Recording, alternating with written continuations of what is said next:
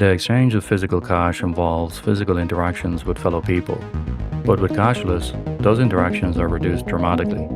Let me explain why this is a bad outcome. My name is John, and you're listening to the Tech Leader Pro podcast.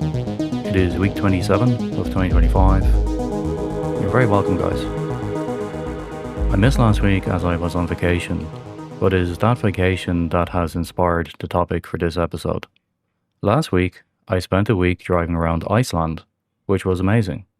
Iceland is a beautiful country with spectacular landscapes and very friendly people.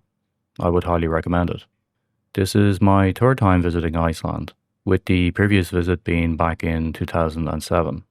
It seems a lot has changed in the subsequent 18 years since my last visit, including a shift to a largely cashless society in Iceland. Back in 2007, most transactions involved the Icelandic Krona. Therefore, my wallet was full of cash when traveling to the island. Now in 2025, my family and I were able to travel to Iceland with no kroner whatsoever, as credit cards and mobile payments were accepted everywhere. After a few days in Iceland, one thing that became clear to us was that the shift to cashless also came with a shift to self-service. Gas pumps, supermarket checkouts, parking fees, and even hotel checkout and room access were all handled via electronic rather than human interactions. This left us feeling a little bit separated somehow from the local society. The net result was that as visitors to Iceland, we spent far less time actually interacting with Icelandic people, which was a shame as they are some of the nicest people around.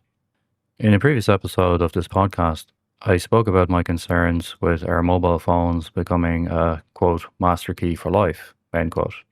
And I'll leave a reference to that episode in the show notes for this. But now I'm beginning to see other consequences, a dramatic reduction in human interactions with strangers. There's an old saying that every stranger you meet opens a new door. And sadly, it seems that many of those doors are now closing. In many ways, technology is becoming the trap that binds us to a colder, more impersonal future. For people who dislike human contact, this may be welcomed.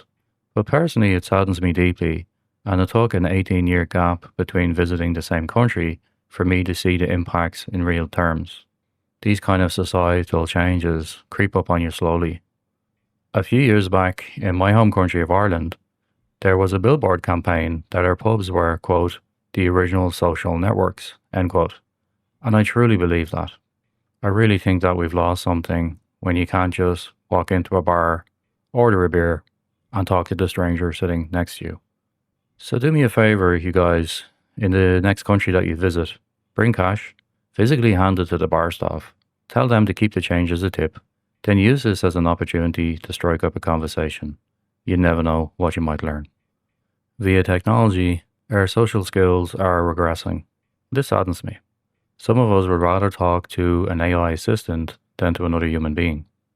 I still love technology, as it is an obvious net benefit to mankind, but I am not blind to the harmful implementations with unintended consequences, and neither should you be. Finally, in a somewhat symbolic moment, my youngest son found a 5 kroner coin under a rock at the bottom of a volcanic crater, which was dated from 1946. Given that Iceland gained its independence in 1944, I would suspect that this was one of the first batch of coins minted by the newly independent country.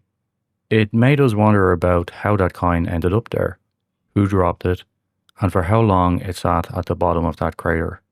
I would suspect it was probably there for decades, and it was amazing that my son found it.